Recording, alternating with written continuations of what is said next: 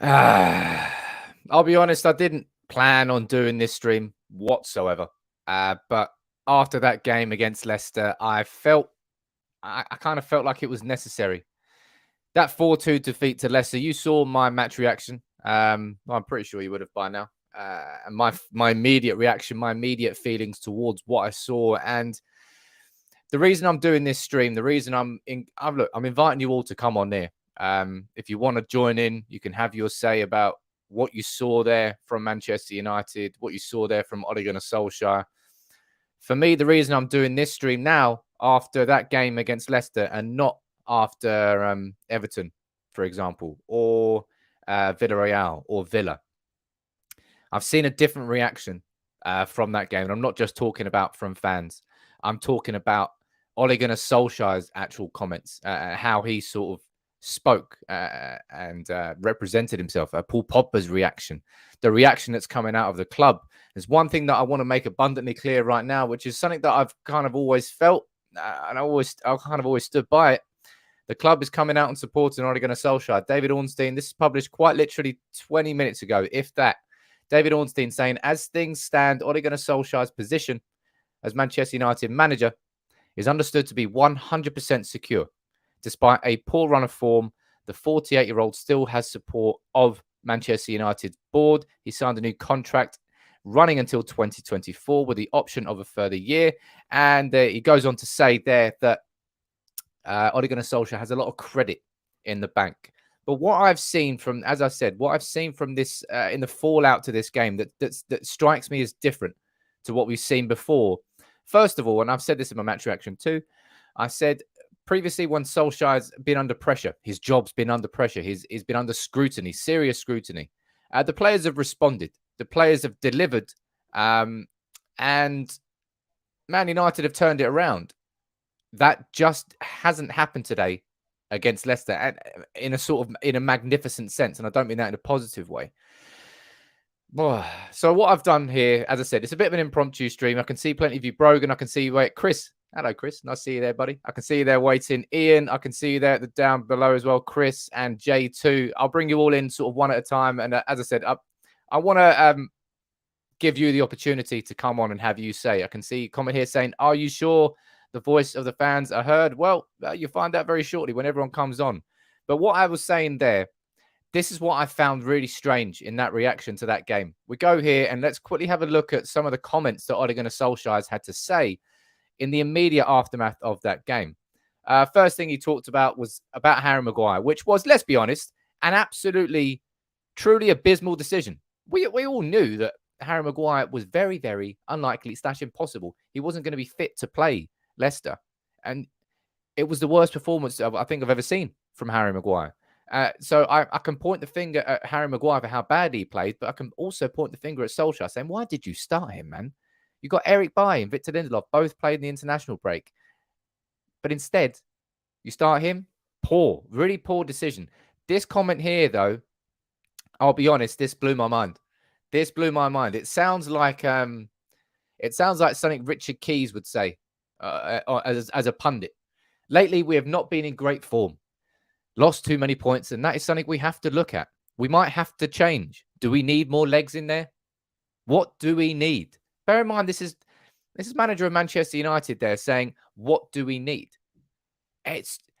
Solskjaer doesn't help him quite a few times over the course of his career as Manchester United manager. He hasn't helped himself. But his reaction here, I was speaking to a guy, Adrian, a fellow I know, who went to the game. He just said Solskjaer walked past the away end and just sort of just kind of shrugged his shoulders as to say, I'm not really sure what to do.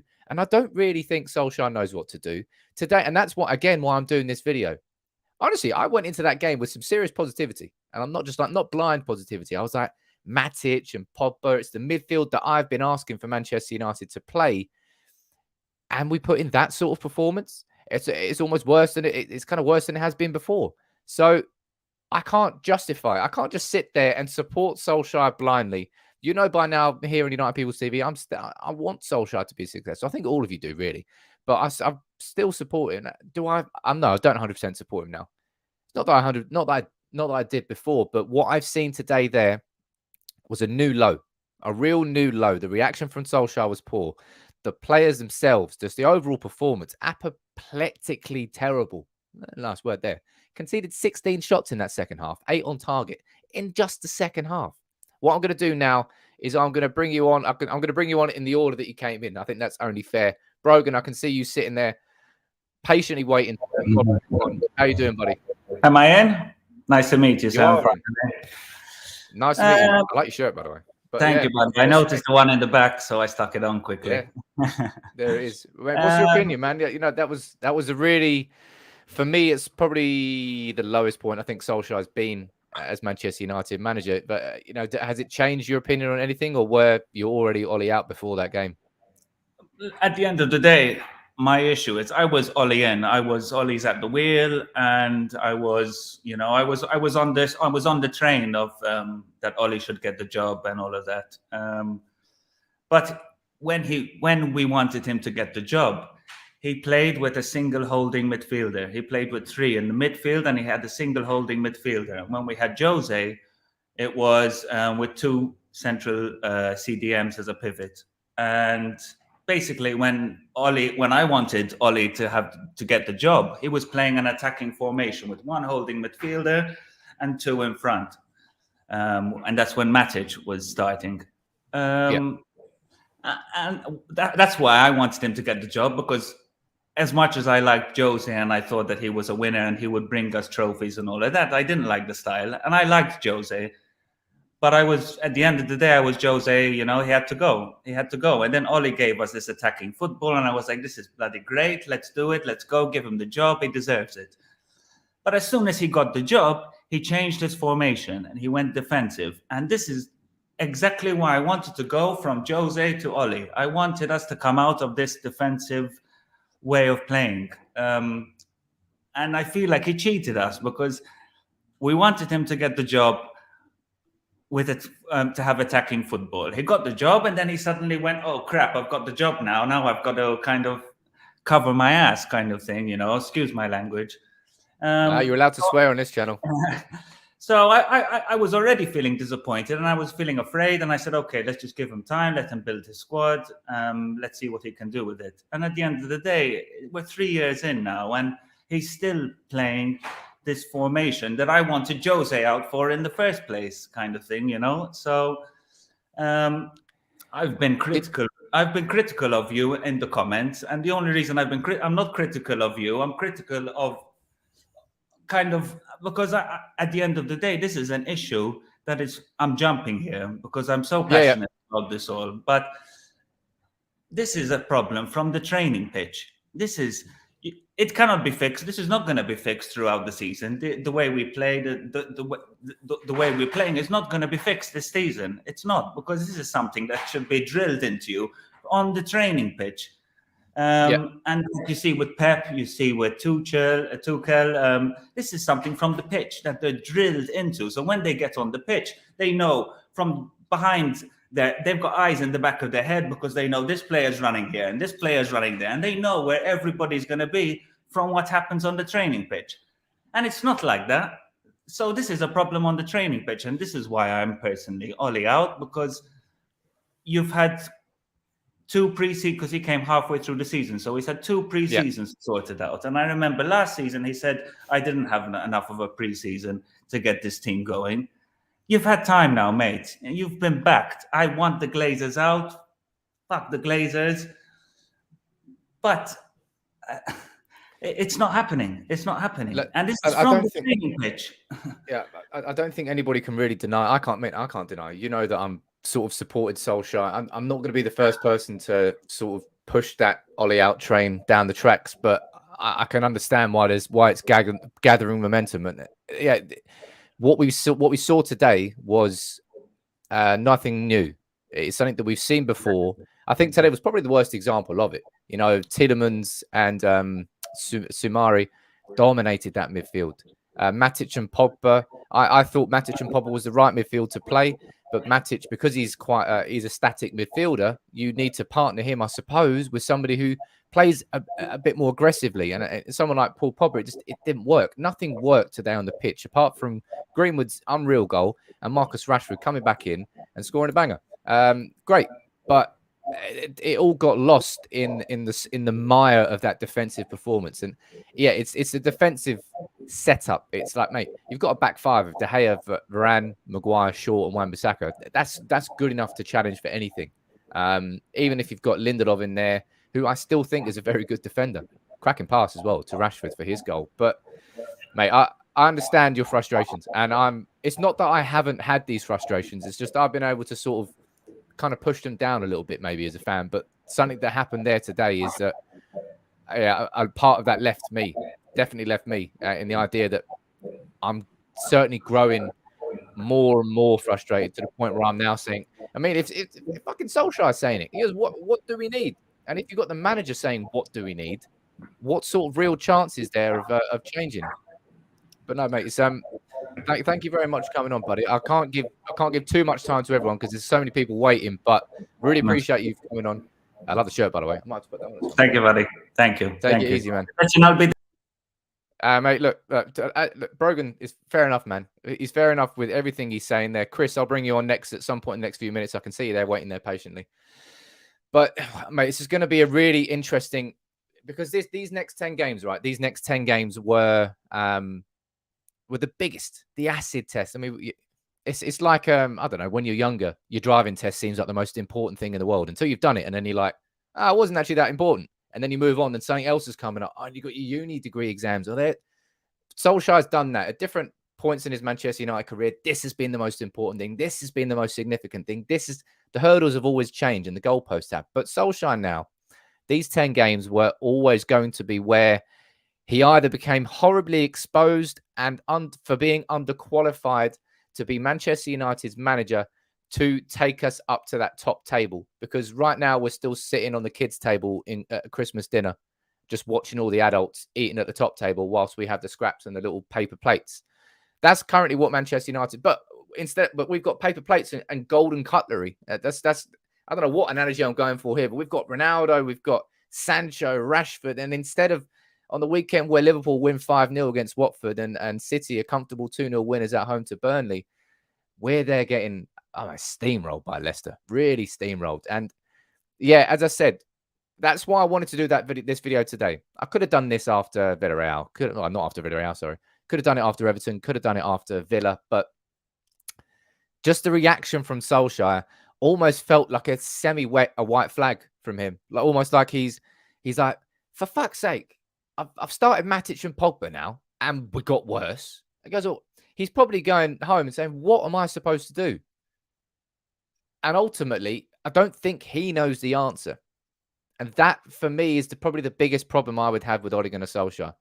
Chris, I'll bring you on now. Let me see one of the OGs of the channel. How you doing, Chris? It's been a long time since we had a conversation. Hi there, Sam. Good to see you, mate. Yes, mate. Good to see you there. I mean, you're smiling, but I don't think you're in a good mood, right? No, that was a shocker. Absolute shocker.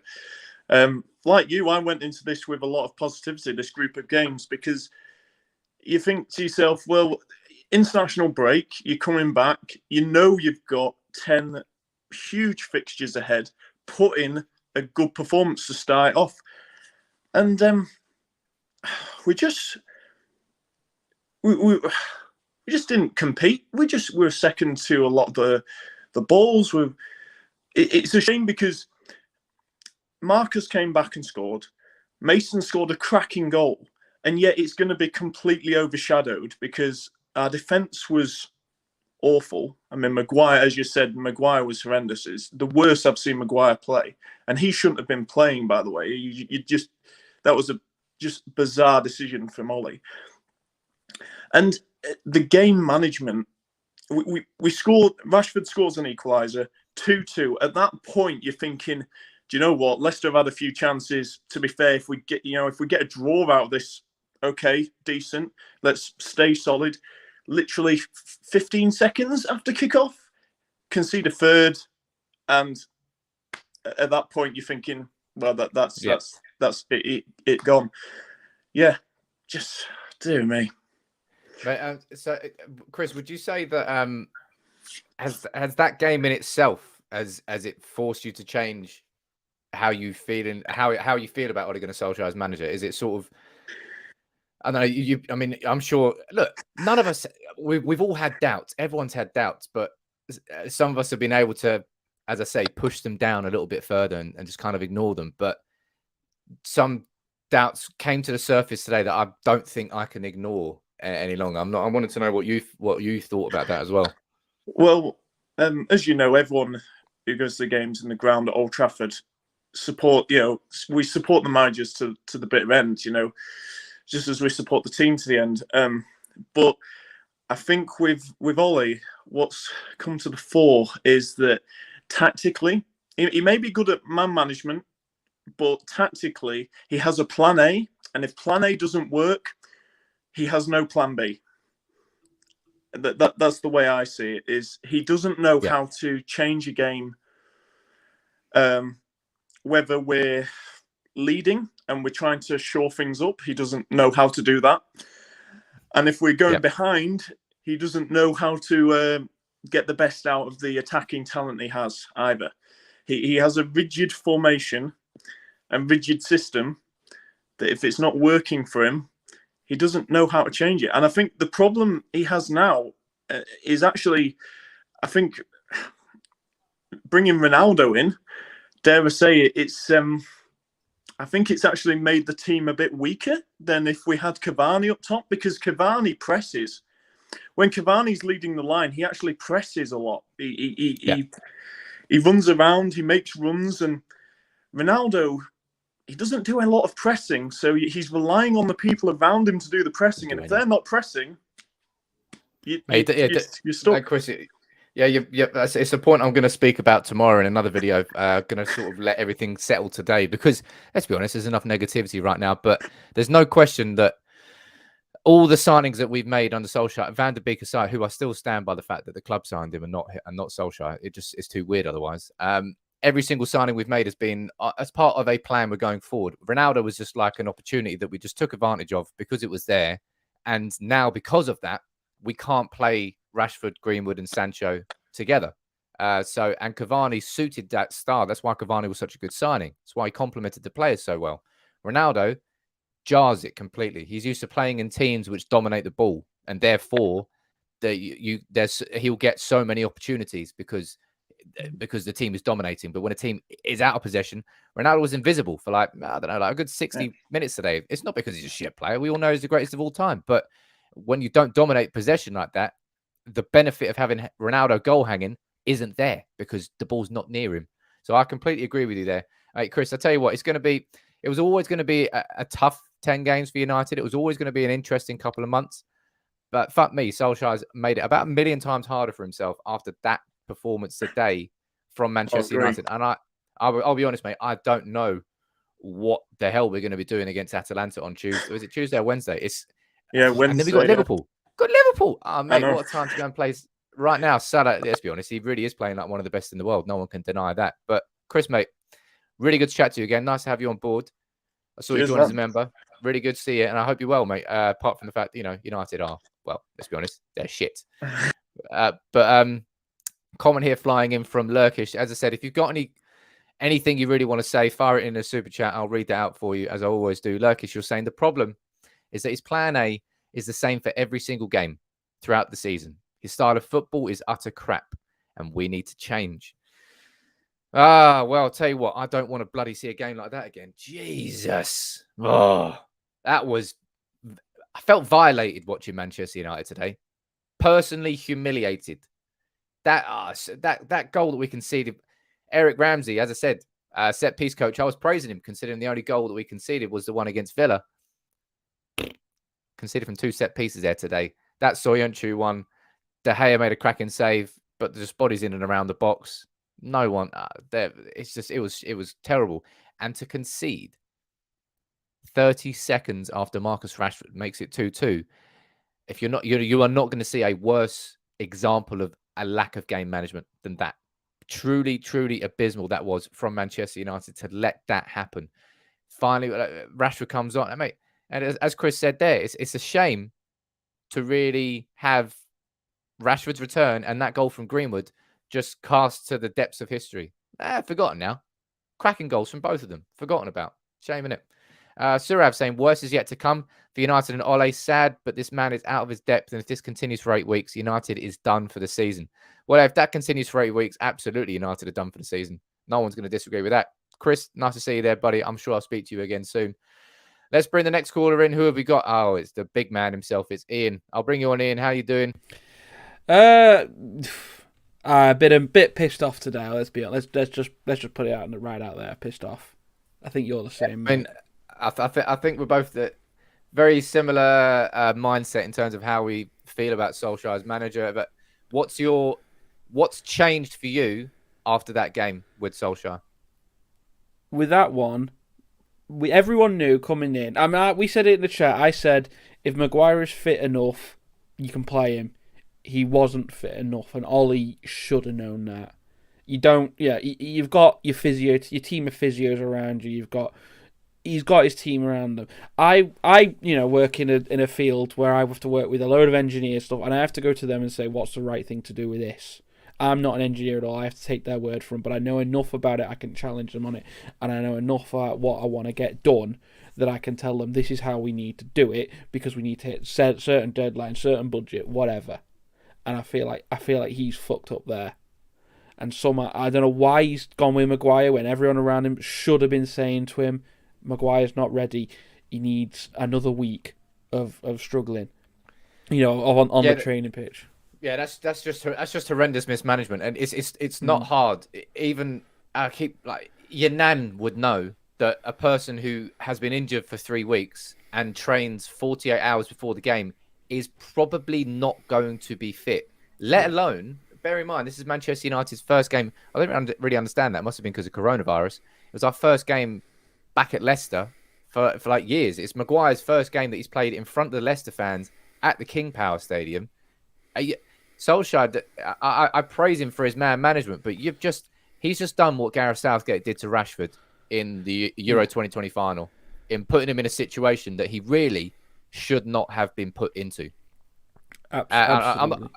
I'm not going to say that Maguire's not at fault for going towards the ball, which is one of the standard things that any kid's taught, and he should have done that. But Solskjaer really he basically set him on fire and kicked him onto the pitch by starting him today. And I mean that was only one of the issues, but overall, Ian, as I said, what does that change anything for you with how you feel about Solskjaer as manager and what United should be doing?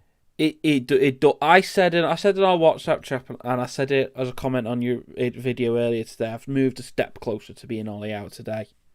That was not good enough. I still want to give. How many steps are there on your ladder? I'm going to say 5. I'm going to say 5. I would say I'm somewhere between Ollie in and on the fence right now. Mate, I'm so on the fence. I've got a fence post up my arse. It's pissing me off. It really is. There's nothing else you can say. But at the same time, you see, I don't know whether this is the famous, bit of support from the club saying the vote of confidence. Yeah, I mean when we saw the first one, I think it was David Ornstein who had the first one of these as well a couple of weeks ago. That's what I thought. That's it's the cradle. It's the first sign, and things haven't improved. We're still going down that path of we support the manager. I don't believe that comment. That 100%. I don't believe they're 100%. No. I believe they're about 75% sure on him. There's no way he's 100 at this point. Surely that's what I think anyway. If someone at that club isn't on the phone to someone like Zidane right now, I'll be gobsmacked. I don't know who is it. Whoever that's part of the reason why I'm firmly sat on the fence, is because for me to come off that fence, I need a fucking plan to look at and say, right, okay, now I can see a direction. Because I've seen too many goddamn U-turns at my football club to just simply sack the manager and go, let's see what's there something over the fence. I don't know what it is. I want to go look over there. But I've been stoned too often. I wanted to have this conversation after the group stages of the Champions League and say, I wanted to be able to say, he gets through Champions League, we're doing okay in the league, we can have this conversation, we can all be comfortable with him going forward, at least until the end of the season, we can then maybe have this. But right now I'm thinking, we might be having this conversation after the Liverpool game. I think I think realistically, the thing that's really going to accelerate things is not particularly the league. It's going to be the Champions League. It's going to be what we do against Atalanta in the next couple of games.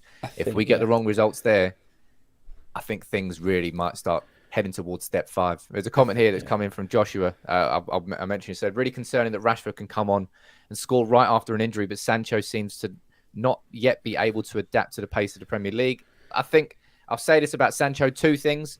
Number 1, Sancho plays with pace. When Manchester United slow the game down, you're not going to get the most out of Jadon Sancho. He ends up getting squared up by 2 defenders.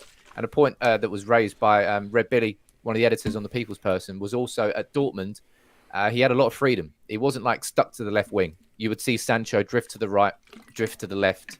And I think we have seen that at certain points this season, but I'm still not fussed about Jadon Sancho. I'm not worried about Jadon Sancho. I think there's far more fucking bigger problems at our club right now than to be worrying as to why our new winger's not settling in.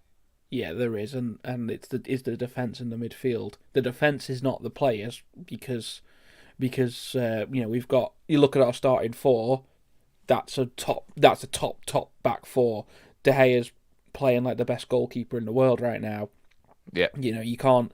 It's not any of them. The midfield, it's okay, really. I think it should be I think Matic is a good player. Pogba. You're being polite, mate. You're being polite. I mean, like, I would say shit. You have got a point there, but Matic. Look at the players. Matic and Pogba, both top quality players in that position. I don't know why. Yeah, but one's like 5 years past his peak, and the other one is, well, let's be honest, he's never been at his complete peak at Manchester United. But that's true. Oh, mate, look, I'll let someone else come on because I can't let you hog it all night, Ian. But look, please do. I need to you're rant, sat mate.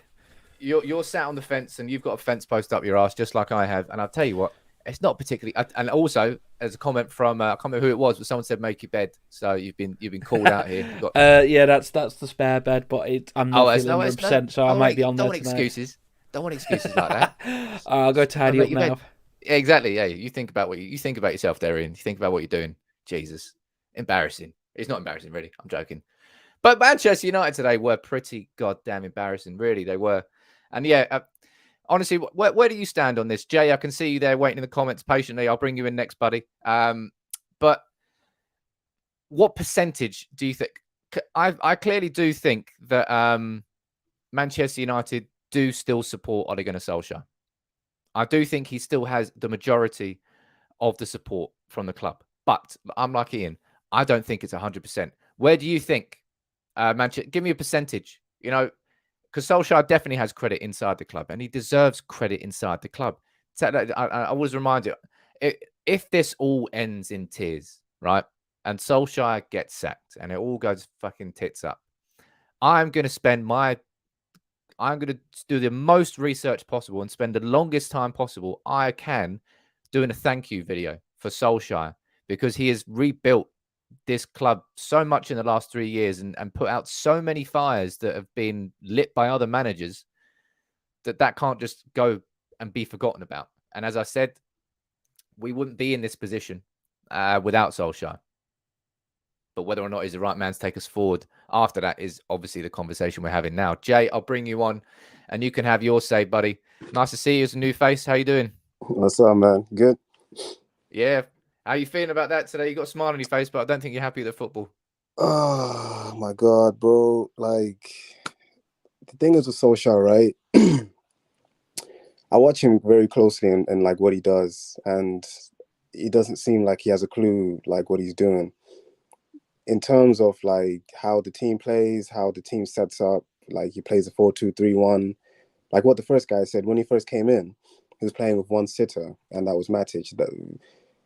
And I'm looking at it now with Fred and McTominay, which we all know is going to happen again. Like the next game, we're probably going to see Fred and McTominay there. And I'm looking at it, like the options we have in midfield. And obviously, like Matic, yeah, he's past his prime, but he's the best DM like we have at the club. Like whether we like it or not, he's the best DM we have. And McTominay, he doesn't even start for Scotland's midfield, but he's out here starting for Man United's midfield. That's another thing which is getting into my head, which is I don't know. And with Fred, don't even get me started with Fred. Like, let's not go there. But Come on, like man, with everything else, Van de Beek, I would like to see him have a chance of a run of games, but clearly he's just not in Solskjaer's plans, even though Solskjaer says he's a part of his plans, but he just cannot get a game, even though he was up for a Ballon d'Or list, but he cannot get a game. And wow. And the inconsistency with the way we play. Yes, you can say Varane was not there, but my God, Solskjaer's decision to start Maguire. Wow.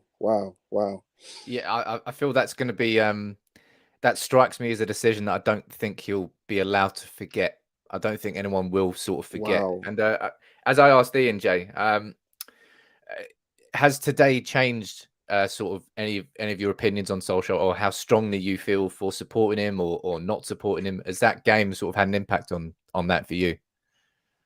The thing is, like, I really wanted Solskjaer to succeed. I knew it was going to take not necessarily a season, but 2 seasons or 3 seasons. It's his 3rd season now, but I feel his time is done. I feel this is where he's going to take us. This is the best he's going to do, unfortunately. And you could say like Ole out, but who else are you going to bring in? Like Conte, he's not going to come in. Like, no, he can get fucked. I don't want him anywhere near my club. And the thing is with Man United, like it's a club where there needs to be like a long kind of strategy kind of plan. So Conte, as much as I'd want him in, he doesn't suit that kind of United DNA.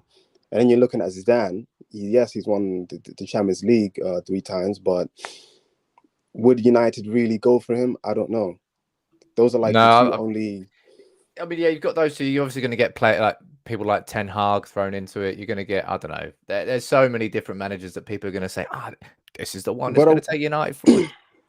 But what I would like to say is, the biggest concern for me is Man United's midfield. That right there is a big concern. The fact that we overlooked it for the past 2 seasons, that really is a massive concern. Like Solskjaer in a press conference recently said how in midfield he looks for like a Roy Keane, but back in his day, like a Roy Keane or someone who can just like do like a balance of it, someone who can just get up the pitch and also like do the defensive duties, which is fair enough, but that was like the game of the past. This is the game like now.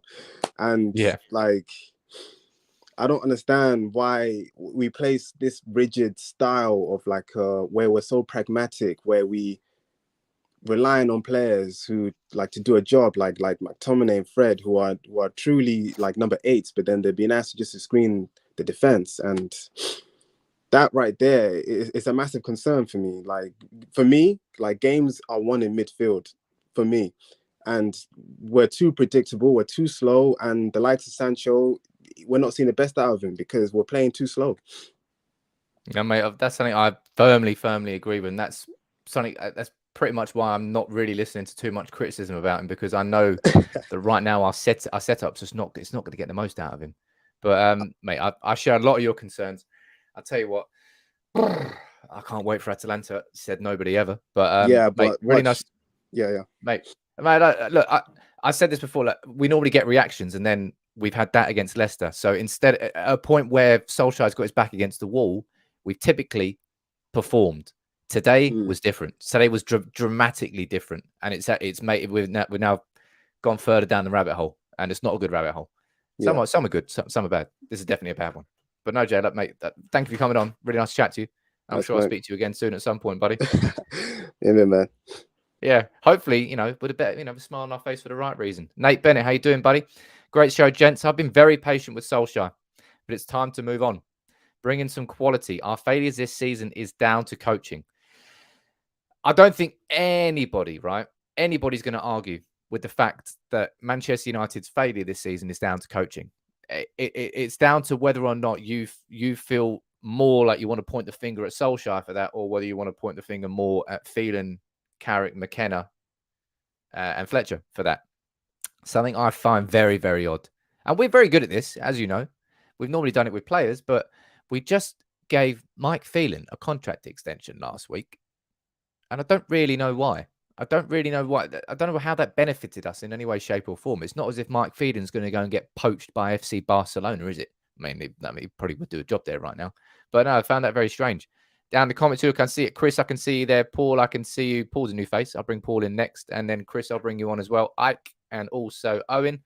I'll go down to the comments. I'll read a few of your comments out, as always. So, ladies and gents, if you would like to subscribe to United, please subscribe to United People TV. As I'm not going to do too many shout outs, but as I said, I always try and make this channel genuinely the most interactive United channel that's out there. Get you involved. And I think I do that very well.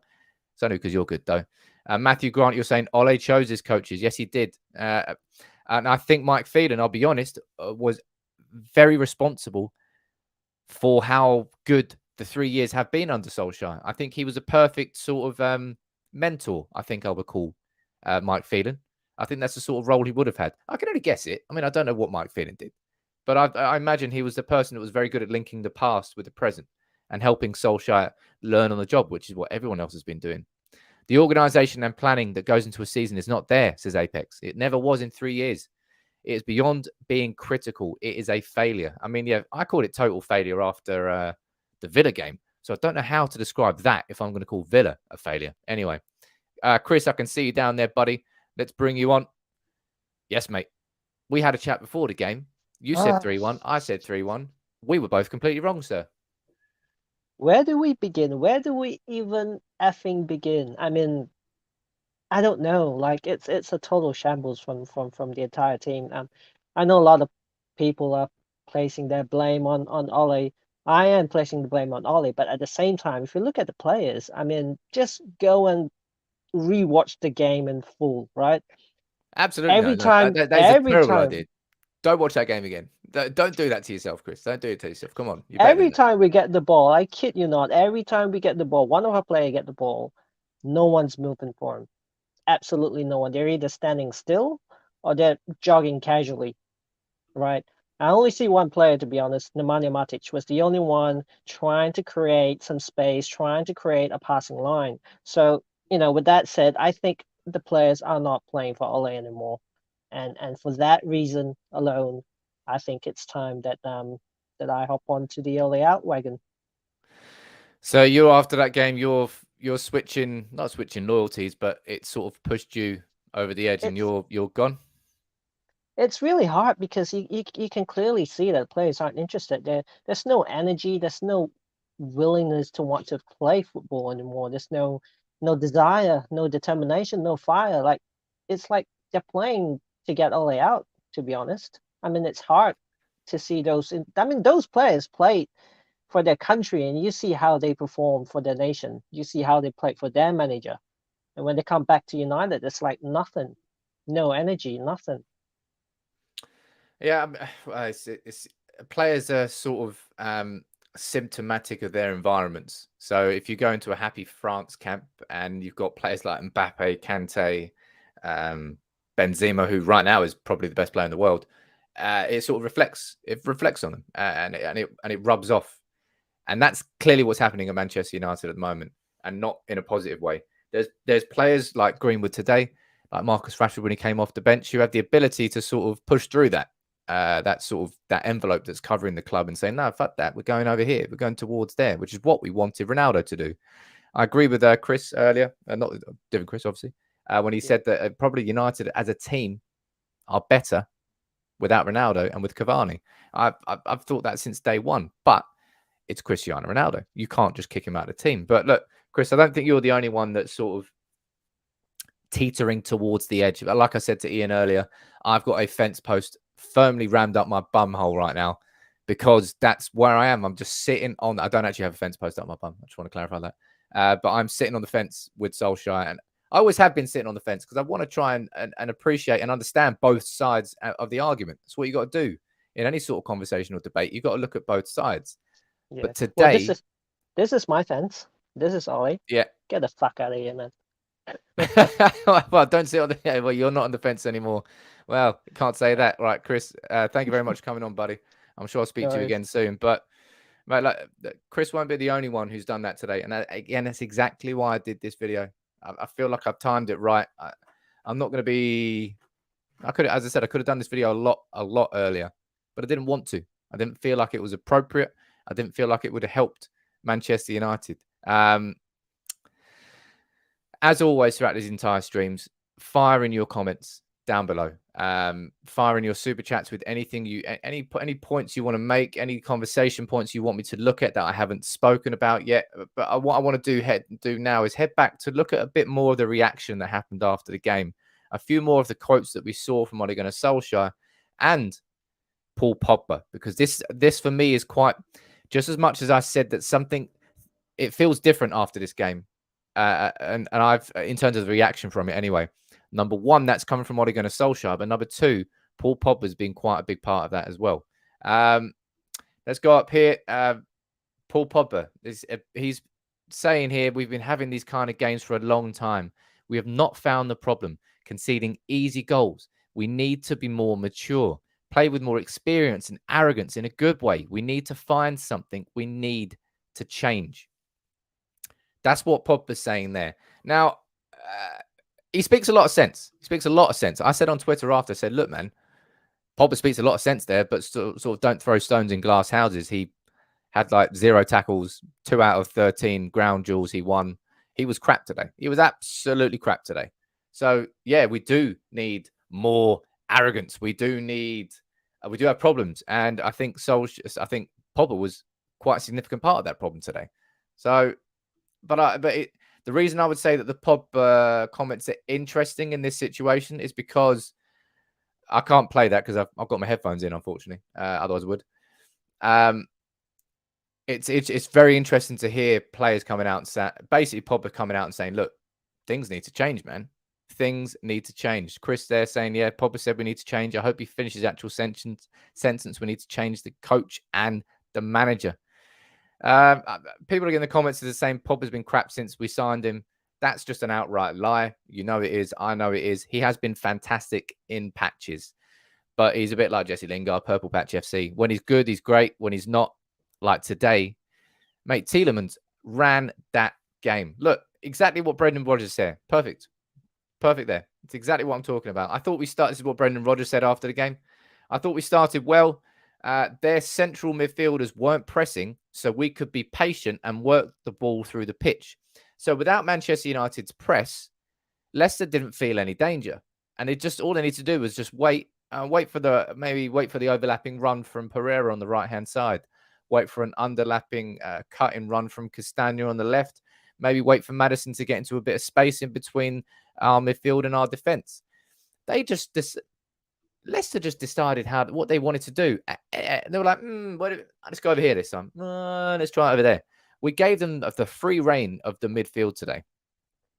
And I suppose that was always going to happen with Matic and Pogba. Maybe Captain Hindsight kicking in here, me saying, yeah, Matic and Pogba, I can't wait for it. Maybe that was always going to happen. And maybe that today is why you saw why Fred is there, simply because he does things that other midfielders don't do. Not because he's an incredible midfielder, but no one runs around midfield like Fred. It's not part of Pogba's game. Never has been. It's not really. I mean, McTominay can do it, but not as intensely for a 90-minute period. And Matic simply cannot do it. And Van der Beek, I suppose, hasn't had these sort of conversations, the opportunities to do that himself. Let's head down here and look at a few more comments here coming out from Solskjaer. Nothing really. I think this is going back towards that coming out there. And that, as I said, very well timed in terms of us having this conversation on this video. Manchester United are backing Ole Gunnar Solskjaer. You've got Nana here saying, guys, can't you see Sam can't say the truth about Ole? It's not that at all, buddy. You can't just... It would be equally as pointless for me to just shout Ole out as it would be for me to shout Ole in right now if there's no plan. And I don't think Manchester United have any sort of hint of a plan of what comes next after Solskjaer. They weren't expecting this to happen this season. You can call that foolish. You can call that foolish if you want. But Man United have made their bed, given Ole Gunnar Solskjaer a new contract, and are sticking with him right now. I don't know whether that's the right thing to do anymore. I really don't. Today was a game where my opinion sort of shifted. my opinion, no, actually, no, I'm lying. It dramatically shifted. Because of the significance of the game today and what it meant in terms of the momentum swing, because after that international break was so long, because we had Everton, we had Villa, we had Villarreal, and then we had 2 weeks to sort of fester on it, and it wasn't pretty, it was horrible. And then we've had that Leicester game, which is the opportunity for Manchester United to just park everything that happened previously. Say, look, I know that happened against Everton, Villa, Villarreal. Don't worry about it, man. These 10 games, we can go steamroll. Let's attack them. A win today would have done that. A good performance today would have done that. Would have allowed United to gain momentum and head into these games against Atalanta and Liverpool now, maybe with some optimism that things can get turned around. Instead, the engine's fallen out. We've just crashed into a lamppost. The car's on fire. It's now worse than it has been before. And as I said, Solskjaer's running out of excuses. He's running out of excuses here. I'm not here shouting Solskjaer out because it's pointless. It's pointless when I'm seeing the club coming out and supporting him. But trust me, I'm firmly on that goddamn fence, and I'm now looking at the grass on the other side, going, you know what, that might be better. But there's quite a substantial. I'm more surprised that this sort of gut feeling doesn't exist in more United fans. We've seen what happens when we just sack managers and try and move somewhere else and try and take a new turn and a new time. It hasn't worked, man. It has not worked. And I'm not saying it's working right now with Solskjaer, because what I saw today, it does not work with Solskjaer right now. But I also know that I've got a massive fear of what happens after Solskjaer, because we've been building towards a certain direction. And I think a lot of the signings have been very good. I think the club and the squad are in a very good shape. We'd have to get a manager in that would continue that path we're on, rather than steer at U-turn, put the handbrake on, go down. It's a complete right turn. Like Moyes to Van Gaal, like Van Gaal to Mourinho, like Mourinho to Solskjaer. Complete U-turns, all of them. People are mentioning Conte. My God, that's not a U-turn. That's just putting the club in reverse. You know, the dad over the shoulder. Just reversing back to Mourinho. And he pulls the mask off and it's Conte instead. Nah, mate. No. You're mad. You're mad for saying that. Chris, you're saying we kept Pogba. We kept saying Pogba this, Bruno that, Ronaldo this, McTominay that. Can't blame the players when Ole doesn't know how to utilize them properly. Yeah, I mean it's certainly a bit of it's chicken or the egg if you want to argue in terms of the squad or the manager, but both of them are equally as responsible for what we saw there today from Manchester United. And that is why for me, there's a lot more momentum behind my Ole out train now than there was before that game. It wasn't just a defeat. It wasn't just a loss. It was humiliating. And it was a humiliation for Solskjaer that exposed weaknesses that we've always known are there, that have always been there. But today, oh my God. They were horribly exposed. Hey, look, I'll wrap it up for now. We'll be here all night. It's a bit of an impromptu one, but I'm glad I did it. Thank you very much to Chris for coming on. Yeah, Chris Nightingale as well. For Jay. Who else? Brog. Sorry, buddy. I can't remember your name. There's a few more new regular faces. There's new faces, there's regular faces. And Ian, you were there too. Please drop a like on the video if you would. Please, honestly, subscribe if you want to get involved in stuff like this.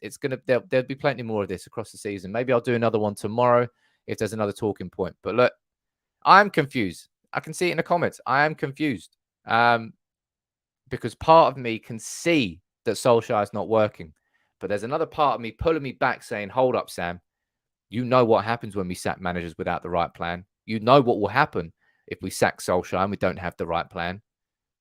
Maybe don't go out just yet. I'm having an internal tug of war. It's a bit like Solskjaer saying, what do we do to change it? I don't know, but something has to change. That's all I know. But thank you very much, everyone, for joining in. I hope you have a cracking rest of your Saturday night. Jeez, I want to go and have a beer. My God. But as I said, please subscribe if you're new. That was fucking terrible today, wasn't it? Let's forget about it. Have a drink. Enjoy your Saturday. Maybe I'll see you tomorrow. Take it easy, everyone.